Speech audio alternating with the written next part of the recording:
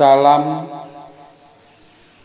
bahagia, semoga segala pikiran yang baik bersumber atau datang dari segala penjuru. Saya akan melanjutkan untuk membacakan karya tulis yang berjudul Menyelam dalam Lautan Ramayana bagian kelima. Tapi sebelumnya saya akan mengulangi satu pertanyaan yang disampaikan oleh Maharishi Walmiki ketika diperintahkan oleh Brahma untuk menulis cerita tentang Ramayana.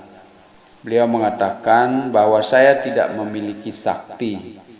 Sakti dalam hal ini berarti memiliki kemampuan untuk menulis cerita tentang kepribadian yang begitu agung seperti Sri Rama.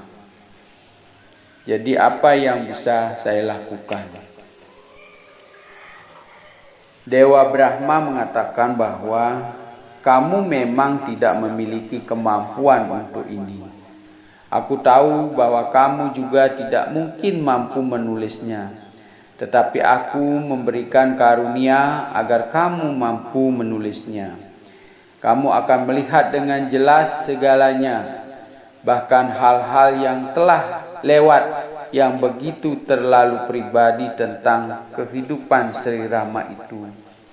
Juga kamu akan mengetahuinya. Setelah berkata demikian, Dewa Brahma menghilang. Resi Walmiki pergi ke hutan untuk mencari kayu bakar untuk kepentingan melakukan yadnya. Waktu itu ada kejadian yang amat mengherankan dalam kehidupan beliau.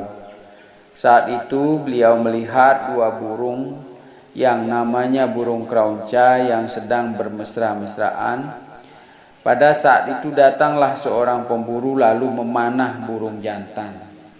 Burung itu jatuh menggelepar-gelepar dan burung betina menjerit-jerit. Melihat hal ini, Maharishi Walmiki menjadi kaget dan sangat sedih. Oleh karena kesedihan beliau yang sangat mendalam, tanpa beliau sadari dari bibir beliau akhirnya muncul sloka. Dalam bahasa Sanskerta, sedih itu adalah soka. Disebutkan soka slokat wam agatah. Dari soka muncullah slokam atau ayat-ayat suci. Sloka yang muncul dari kesedihan itu berupa kutukan yang ditujukan kepada pemburu itu yang disebut nisada.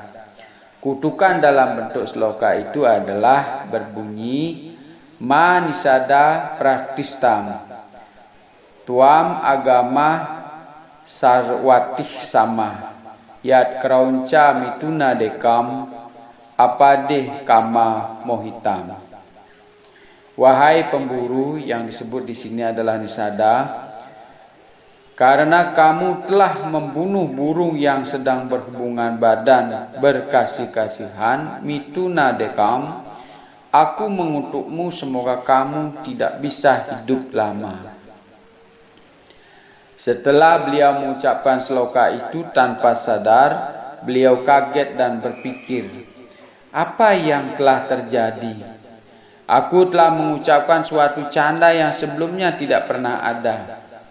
Beliau berpikir, kenapa tiba-tiba saya telah mengeluarkan suatu wirama baru? Pada waktu itu, wirama dalam bentuk sloka belum ada. Beliau berpikir begitu keras, mengapa hal ini bisa terjadi?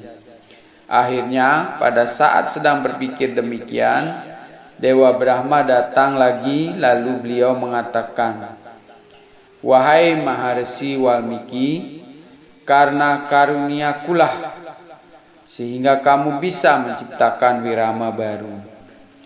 Atas perintahku, dengan sloka inilah hendaknya kamu menguraikan riwayat perjalanan Sri Rama. Demikianlah awalnya Ramayana itu dan dituliskan di awal cerita Ramayana itu sendiri.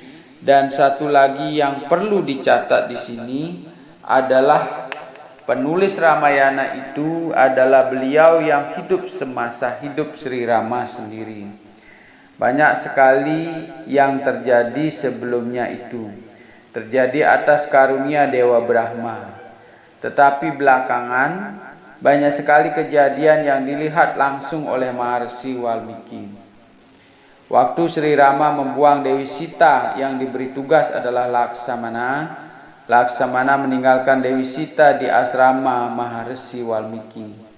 Waktu itu Maharsi Walmiki sedang mencari kayu bakar ke hutan.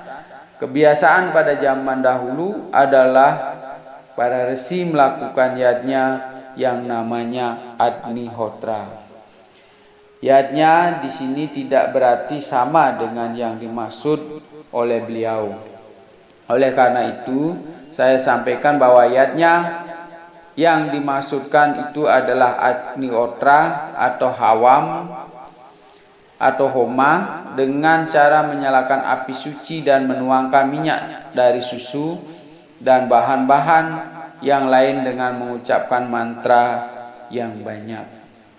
Yadnya itu diperlukan kayu bakar. Maharsi mencari kayu bakar ke hutan pagi dan sore. Pada saat itu didengar rintihan sedih Dewi Sita. Mendengar rintihan itu, kemudian beliau mendekati Dewi Sita. Dewi Sita dihibur, diberikan tutur nasihat-nasihat dan diajak ke asramanya. Pada saat dibuang oleh Sri Rama, Dewi Sita sedang hamil dan menjelang melahirkan. Tak lama kemudian, setelah berada di asrama, Dewi Sita melahirkan 2 putra kembar bernama Lawa dan Kusa. Dan upacara anak-anak itu dilakukan oleh Maharsi Walmiki sendiri. Pelajaran dan upacara Upanayana juga oleh Maharsi Walmiki.